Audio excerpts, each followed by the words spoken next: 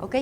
Y entonces lo que ocurre es que, bueno, se dice que el microambiente tiene mucha importancia. Una alteración de células en la homeostasia de células T y la respuesta para acá, una alteración en el microambiente inflamatorio, en las células estromales, anormalidades del ribosoma y otras alteraciones pueden conllevar a que empiece una etapa 1 con un incremento intrínseco de la apoptosis y una respuesta inflamatoria. En una fase 2 hay adquisición de moléculas antiapoptóticas que hacen que empiecen a aparecer clonas que tengan esta emergencia con alteraciones moleculares ya muy propias y que después en la etapa 3 inicia la evolución clonal hacia la proliferación de estas clonas para llevar a el desencadenamiento de una leucemia aguda. Entonces se dice que esta puede ser la patogénesis de síndrome mielodisplásico y molecularmente pues cada vez adquiere mayor relevancia el conocimiento de todo esto, en donde van a estar implicados genes como los que aquí están apareciendo. Bien. Quiero hacer relevancia en este gen, las alteraciones en SF3B1, porque tiene mucha relación con la presencia de sideroblastos en anillo, y ahí tiene que ver el patólogo, porque los patólogos podemos definir si hay sideroblastos o no.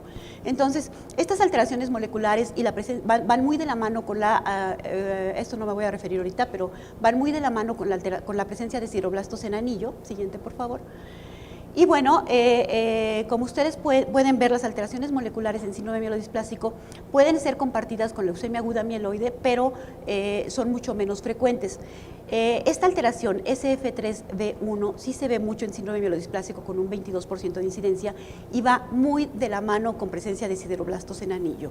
Y esto tiene importancia pronóstica porque les influye un buen pronóstico a los pacientes. Entonces el patólogo puede ayudar, debe de buscar sideroblastos en anillo en la biopsia de médula ósea. Entonces, ustedes lo ven, claro, más fácil que nosotros, pero a veces si no tienen la posibilidad de hacerlo porque el aspirado pues salió diluido, cualquier cosa, piden al patólogo que lo haga y que los busque, ¿no? Entonces, como les decía, va muy de la mano con la mutación de SF3B1 y implica un buen pronóstico. El otro punto que platicábamos cuando hablábamos de 5Q- y lenalidomida es las alteraciones en P53. Entonces, yo les decía que las alteraciones en el gen, bueno, implican muy mal pronóstico para estos casos, y esto se puede ver por inmunohistoquímica, porque en este estudio, por ejemplo, hicieron la comparación entre la prueba molecular y la expresión de inmunohistoquímica y pudieron encontrar que el comportamiento es muy parecido. De este lado son las alteraciones moleculares, aquí, y de este lado la inmunohistoquímica, considerando como límite el 2% de expresión de células positivas para P53. Entonces el patólogo puede hacer una inmunohistoquímica para P53, el anticuerpo ahora es muy noble, ahora funciona muy bien y puede darles a ustedes información sobre esta cantidad de P53 en su biopsia de médula ósea.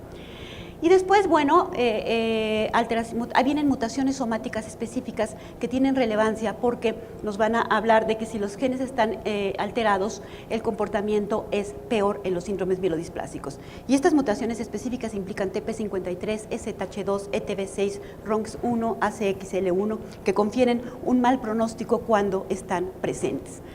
Entonces empieza uno a preguntarse si esto de la mielodisplasia no va a tener que ver mucho más con un diagnóstico molecular con mayor relevancia que con la parte morfológica, pero bueno, yo creo que todavía no, todavía la parte morfológica tiene importancia. Siguiente, por favor. En los nuevos avances en síndrome mielodisplásico, recientemente se ha demostrado con precisión las alteraciones de las células madre hematopoyéticas y progenitoras en síndrome mielodisplásico.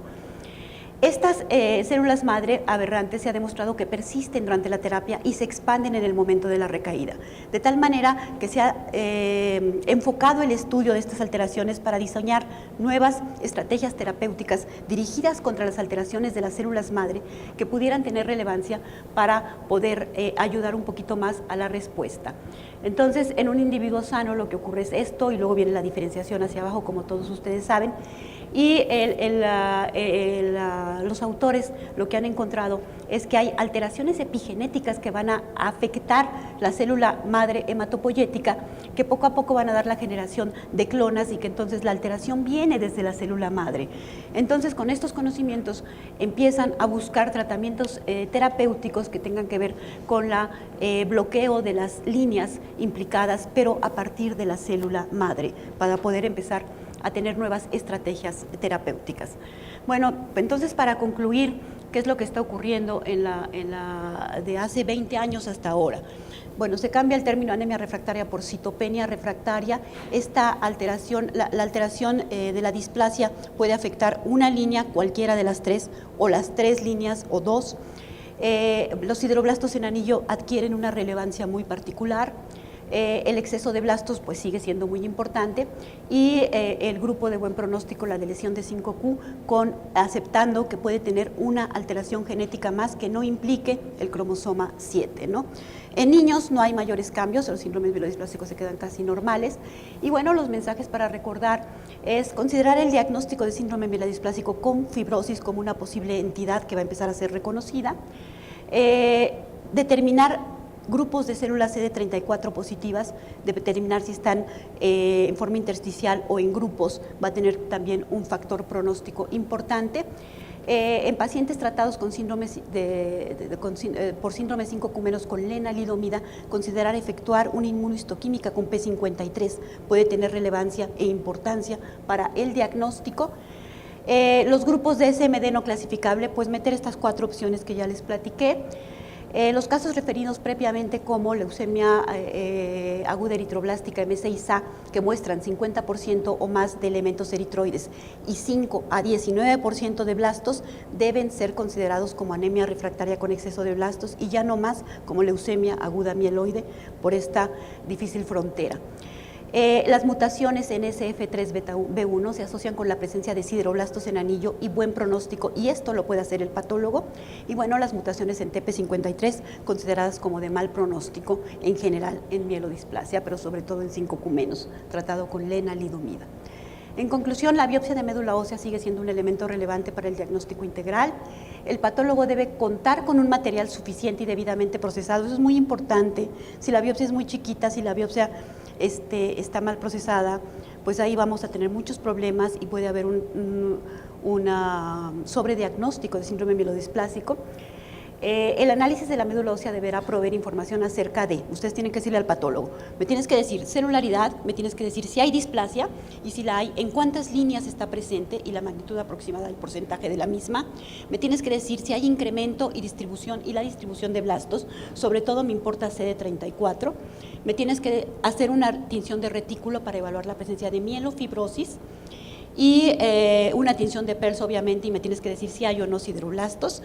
Y bueno, si es necesario, hacer P53 por inmunohistoquímica y permitir también que la biopsia de médula ósea cada vez va a participar más en estudios moleculares. Entonces, en la parte del patólogo estamos trabajando en emplear descalcificadores menos agresivos para conservar un poquito mejor el DNA y poder empezar a hacer pruebas de FISH o incluso moleculares más sofisticadas para poder llegar a un diagnóstico más efectivo y en conjunto entre la citogenética, la parte clínica, la parte morfológica, la parte inmunohistoquímica y molecular, ¿no? Entonces es un diagnóstico integral y difícil, pero fascinante, la mielodisplasia para los patólogos que nos gusta ver la médula ósea.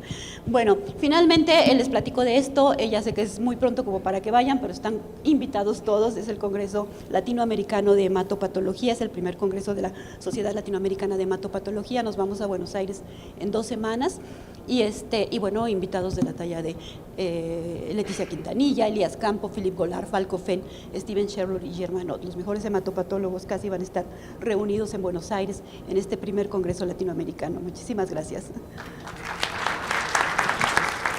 Por lo tanto, vamos a darle la palabra al doctor Efraín Montaño para el tema de inmunología y mielodisplasia. Gracias. Bien, como decían al inicio el doctor Ovilla, la doctora Lome, mucho se está ya desenredando, sobre todo sobre la fisiopatología de los síndromes mielodisplásicos, que siempre ha sido muy complicada, incluso para nosotros hematólogos. A la vez que se está desenredando y estamos conociendo más, sobre todo alteraciones más detalladas, moleculares, genéticas, también la presentación clínica o las manifestaciones clínicas del paciente están variando. Ahora vamos a hablar un punto que poco hablamos de ello, sobre las manifestaciones de autoinmunidad en mielodisplasia. No realmente qué ocurre en la médula, ni en el microambiente, ni qué alteraciones inmunológicas ocurren a nivel microscopio, sino en el paciente, y que a veces podemos no diagnosticarlas. Veremos también cada vez es más frecuente el número de pacientes que nos llegan de reumatología, medicina interna, con algún diagnóstico precisamente reumatológico, poliartritis, vasculitis, y que finalmente concluimos en un diagnóstico de mielodisplasia. O lo contrario, pacientes con diagnóstico de síndrome mielodisplásico que desarrollan algún síndrome reumatológico. Y ahí está la complicación, cómo tratarlos, mielodisplasia, cómo disminuir esos fenómenos de autoinmunidad. Los puntos que tocaremos acá: fisiopatología de la autoinmunidad en la mielodisplasia, las manifestaciones clínicas, las más frecuentes que se han descrito muchísimas, alteraciones bioquímicas, veremos igual que aunque el paciente no manifieste algún trastorno de autoinmunidad, en los estudios bioquímicos o de laboratorio podemos encontrarlos. ¿Y qué experiencia tenemos nosotros en el Hospital General de México, en la clínica de síndromes mielodisplásicos con este punto de la mielodisplasia?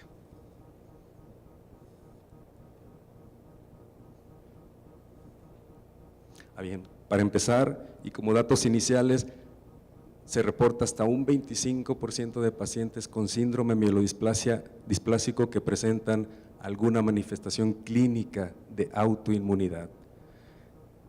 El 20% lo podemos encontrar solo por pruebas de laboratorio, y es frecuente la asociación de las citopenias con un fenómeno no inmunológico, es decir, si a un paciente aparece una vasculitis, le decimos, o tal vez es porque hay trombocitopenia, aunque son diferentes, pero muy pocas veces pensamos en que pueda ser un fenómeno de autoinmunidad. Y en muchos casos, como lo veremos también, el diagnóstico o el reconocimiento temprano de estos fenómenos a nivel clínico predice progresión, sobre todo a leucemia aguda de cualquiera de los pacientes que la tenga.